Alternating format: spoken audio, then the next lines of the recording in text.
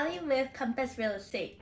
Here are 5 terms you should know during your home buying journey. Number 1, appraisal. Appraisal is the assessment of a property's market value for the purpose of obtaining a mortgage and performed by a licensed appraiser. So what this means is that the lender or the bank that you use to get your home mortgage will send out an appraiser to check out and investigate the property's value.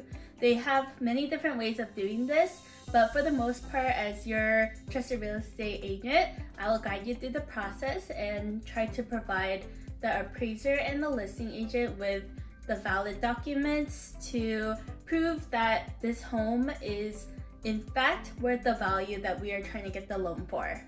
Number 2, closing costs. Closing costs will typically incur towards the end of the transaction and will be wired in addition to your final payment.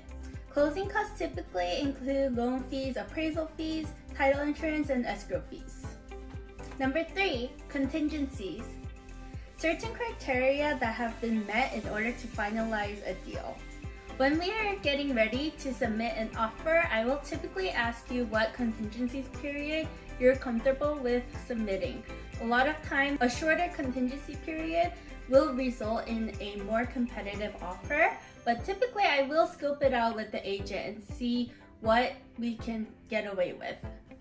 Some examples of contingencies are the investigation contingency, appraisal contingency, loan contingency, and sometimes even the HOA contingency. Within the contingency period, we are able to back out of the deal in case the conditions have not been met.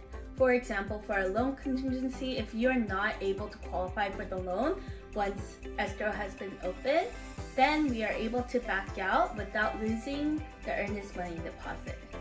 Speaking of earnest money deposit, number 4, earnest money deposit. The earnest money deposit is typically around 3%.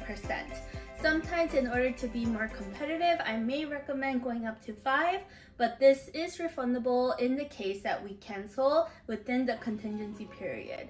This is in order to show the sellers that we're serious about this home and that we will do whatever it takes to get to the finish line. When it comes time to remove contingencies, I will guide you through to make sure that you understand that we are removing the contingencies, so we withdraw any chances of confusion or miscommunication regarding the earnest money deposit and removal of the contingencies. And finally, number 5 is escrow. I'm sure you've heard escrow used a lot in terms of open escrow, closed escrow. Escrow is handling that. So what is escrow? Escrow is a neutral third party that handles all transfers of funds during the transaction. So they will be the ones that you deposit your earnest money to. They will be the ones to make sure everything is done safely and soundly to make sure that everyone's funds are secure. So the final deposit, when the lender funds, all the funds will be sent to escrow before they are released to the seller. These were 5 terms that I recommend you understand before beginning your home buying journey. But if you have any questions, feel free to let me know. And if you'd like a part 2, comment below and I'll try to get that ready for you as soon as I can. Talk to you soon!